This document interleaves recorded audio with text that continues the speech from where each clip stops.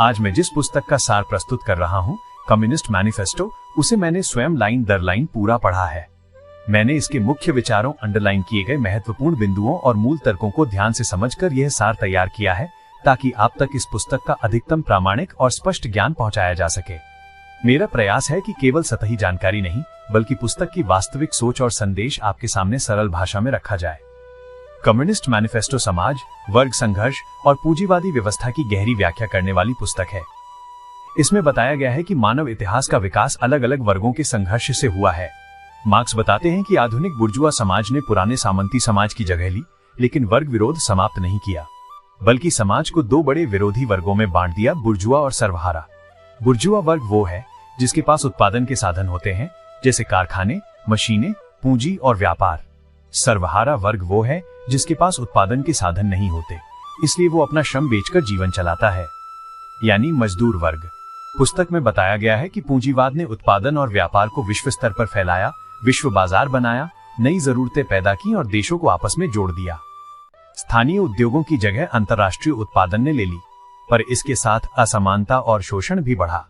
एक महत्वपूर्ण विचार ये दिया गया है कि आधुनिक राज्य वास्तव में पूरे बुर्जुआ वर्ग के सामान्य मामलों को चलाने वाली एक कार्यकारिणी समिति जैसा है, यानी सरकार और सत्ता संरचना अक्सर पूंजीपति वर्ग के हितों की रक्षा करती है।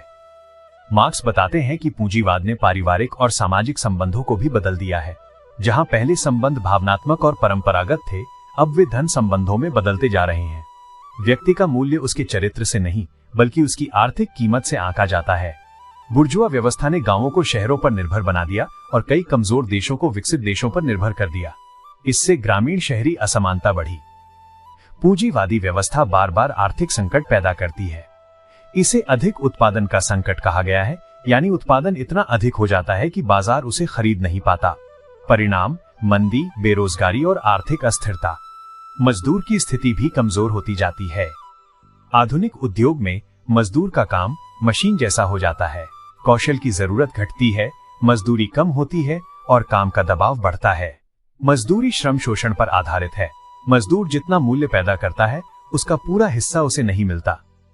पुस्तक ये भी स्पष्ट करती है कि साम्यवादियों का उद्देश्य किसी व्यक्ति की निजी उपयोग की चीजें छीनना नहीं है। उनका लक्ष्य है उत्पादन के साधनों पर आधारित बुर्जुआ निजी स्वामित्व का अंत। क्योंकि पूंजी सामाजिक श्रम का परिणाम है, इसलिए उस पर अधिकार भी सामाजिक होना चाहिए। पूंजी व्यक्तिगत नहीं, बल्कि सामाजिक शक्ति है और उसे सामाजिक नियंत्रण में लाया जाना चाहिए। अब मैं पुस्तक में बताए गए 10 महत्वपूर्ण कार्यक्रमात्मक कदमों का सार बताता हूं। सार्वजनिक उद्देश्यों के लिए भूमि संपत्ति का उन्मूलन और भूमि के सभी किराए का उपयोग।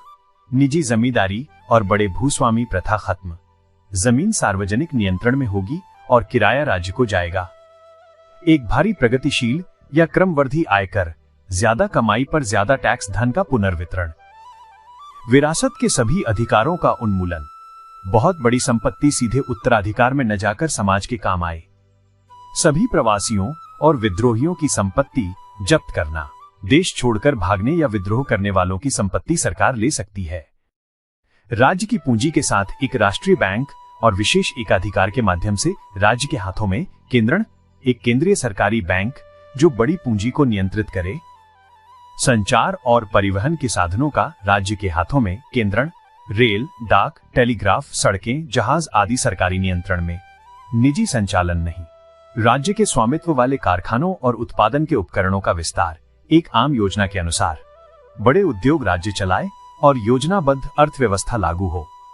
सभी के लिए समान श्रम दायित्व और औद्योगिक सेनाओं की स्थापना, विशेष रूप से कृषि के लिए हर व्यक्ति के लिए काम आवश्यक संगठित सामूहिक श्रम व्यवस्था।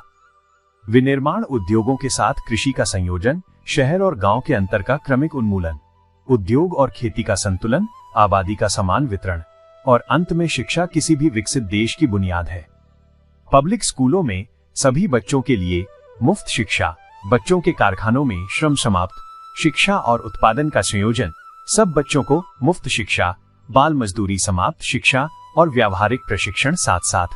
उपरोक्त जैसे कई सामाजिक आर्थिक सुधारों का उल्लेख नेहरू रिपोर्ट 1928 में भी मोतीलाल नेहरू की अध्यक्षता वाली कमेटी द्वारा किया गया था। यह उस समय भारत के लिए एक संवैधानिक ढांचे का मसौदा था जिसमें डोमिनियन स्टेटस के साथ कई प्रगतिशील सुधार सुझाए गए थे, जिसका मुस्लिम लीग ने विरोध किया था।